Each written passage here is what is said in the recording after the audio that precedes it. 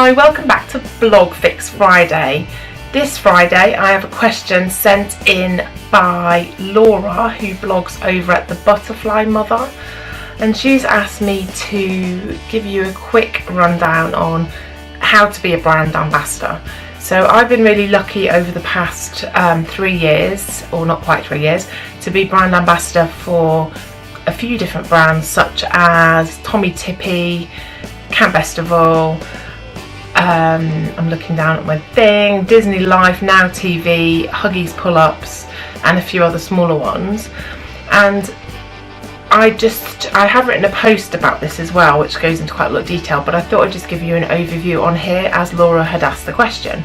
So I think the most important things, I'll just run down some things that are really important that you should do, maybe aside from really focusing on the brand ambassador. So they're all things that help. So things like, so firstly, just a brand ambassador is a blogger who is the company's representative, if you like. So you represent the company, you might represent them at events or just on social media. You're a sort of a spokesperson for that brand, and the individual requirements and agreements will vary vastly from company to company. I've been paid a few £100 to be a brand ambassador before, and I've been paid a few £1,000s to be a brand ambassador before, so it really does depend on the individual agreement. So that's just worth bearing in mind. I think the first thing to do, if you're thinking that that's what you want to do in the future, is to just be yourself. So it sounds funny, but don't try and emulate anyone who's an ambassador for a brand and think that's how you have to act, because brands want you to act how you are, to be truthful and honest and real, and then if you fit with their brand, then they'll want that. They don't want someone that's not themselves, because it's sooner or later the cracks will show. So I think be yourself, share your passion. So if whatever you want to write about that, and there will be a brand that aligns with that in the future. So don't try and think too strategically to start with, I think is the key.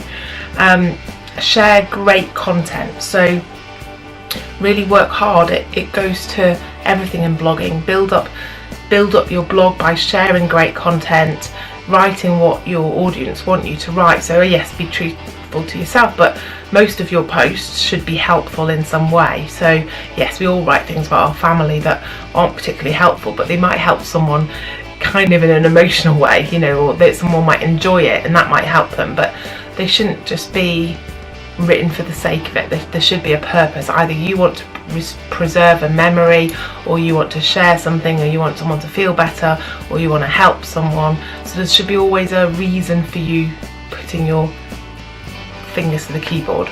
So share great content, be professional. So you see quite a few people on social media using it like it's their personal Facebook account, and that's okay if that's what you want to do, but don't forget that brands will be going onto your Twitter feed if they want to work with you, and they'll be looking at what you've said. So if you're moaning about brands, or you're just generally being bitchy and moany or negative, then they might not really want to work with you. So think about that when you're interacting on social media. If it's your personal Facebook page, you can do what you want, but I think I do think you've got to be a little bit careful about what you say in a public arena. I think everyone should. It's just being responsible.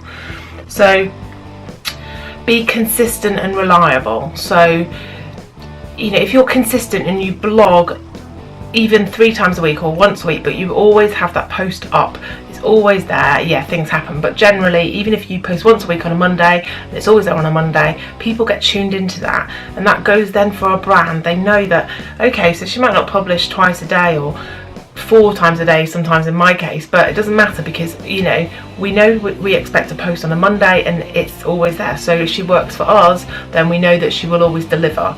So I think that's really important. I'm just looking down at my notes because I can't remember everything, and I can't remember what I've said as well because mummy brain.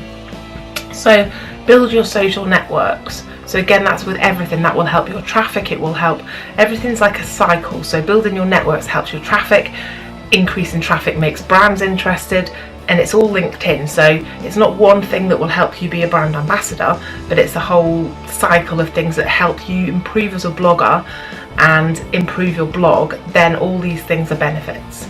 So build your social network. So go into all the posts. There's millions of posts on how to build your Twitter. I've written them.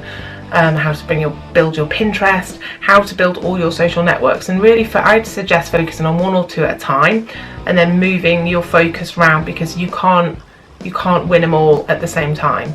So that's how you can set up your blog and yourself to be a good candidate to be a brand ambassador. Now the next thing is how you would take that a step further, and sort of action you could take to make that happen. So you could write a wish list of brands that you'd like to work with. So sometimes I've got a friend that doesn't really like pitching, and she's like, oh, I never know who to pitch to. So she would be good at one time to sit down and write a list of all the things that she would like in her life, or all the brands that she feels passionately about, and write a list of all those. So in those moments when she can't think of who to pitch to, she has a list that she can pull out. So that would be a good idea for her to do, and for anyone else that's thinking about working with brands, pitching, being a brand ambassador. So I think it's really important to show those brands why they should work with you. So again, that goes back to the content. So produce that really great content that they can't help but notice. So especially if you write a post about the brand. So if you love Joules clothes, and you've always loved Joules clothes for your kids or for yourself, put your Joules clothes on your kids, write a post about it and tag Joules in. Look, Joules, this is what I can do. Take some great pictures, write some really interesting copy, tag them in. Then if you get in contact with them, then you can always pitch them and say, look, this is what I did, can we work together? So interact with the brand, but don't stalk them, I'd say. So you can interact with them, you can just do general chit chat, you can say, I've written this post, but don't tweet them every day.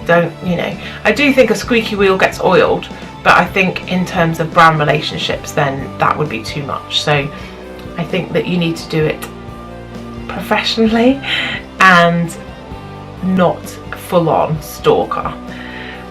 So write about them and tag them, and I think be picky as well at which brands you want to work with. So I think there's nothing more off-putting really than going onto some blog and they're working with everyone all the time. They're doing a million, we all do giveaways, but they're doing a million giveaways, and they review anything, and it just doesn't make them look that particular about who they want to work with.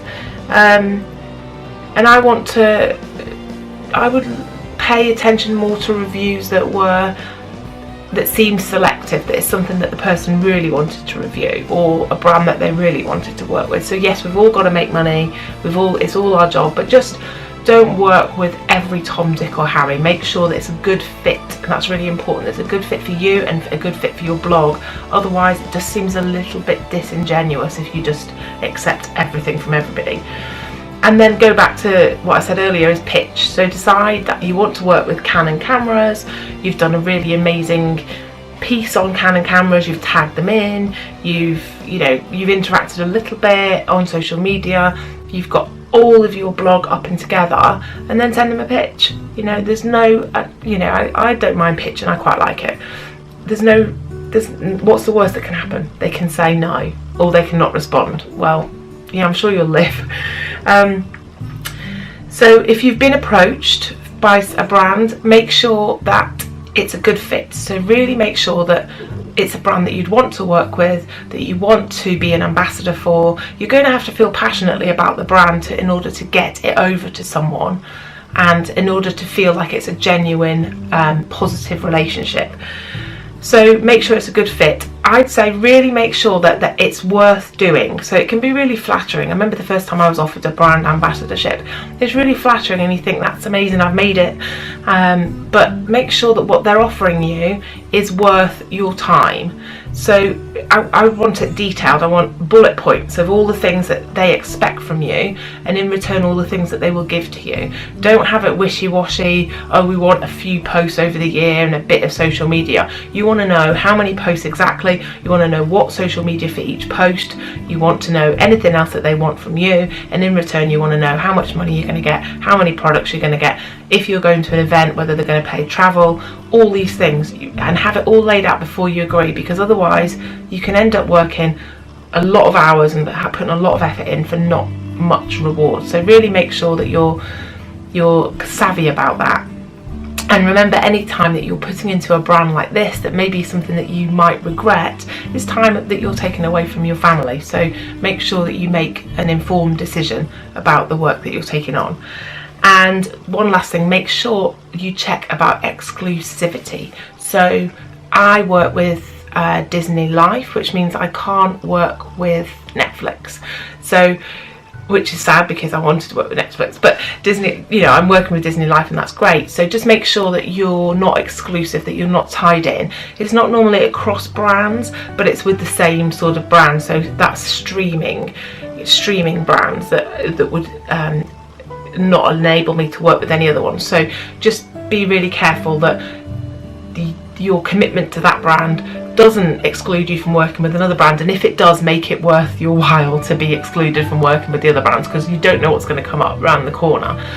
So that's a bit of a ramble, but I hope, Laura, that answers your question, and that's been Blog Fix Friday for this week. If you have any other questions that you'd like me to answer in Blog Fix Friday, or you would like me to just chat about generally blogging wise in blog chat, then let me know. You can either leave a comment in this video or you can send me an email or a tweet. And if you like this video, give it the thumbs up please, because it helps YouTube send it to more people.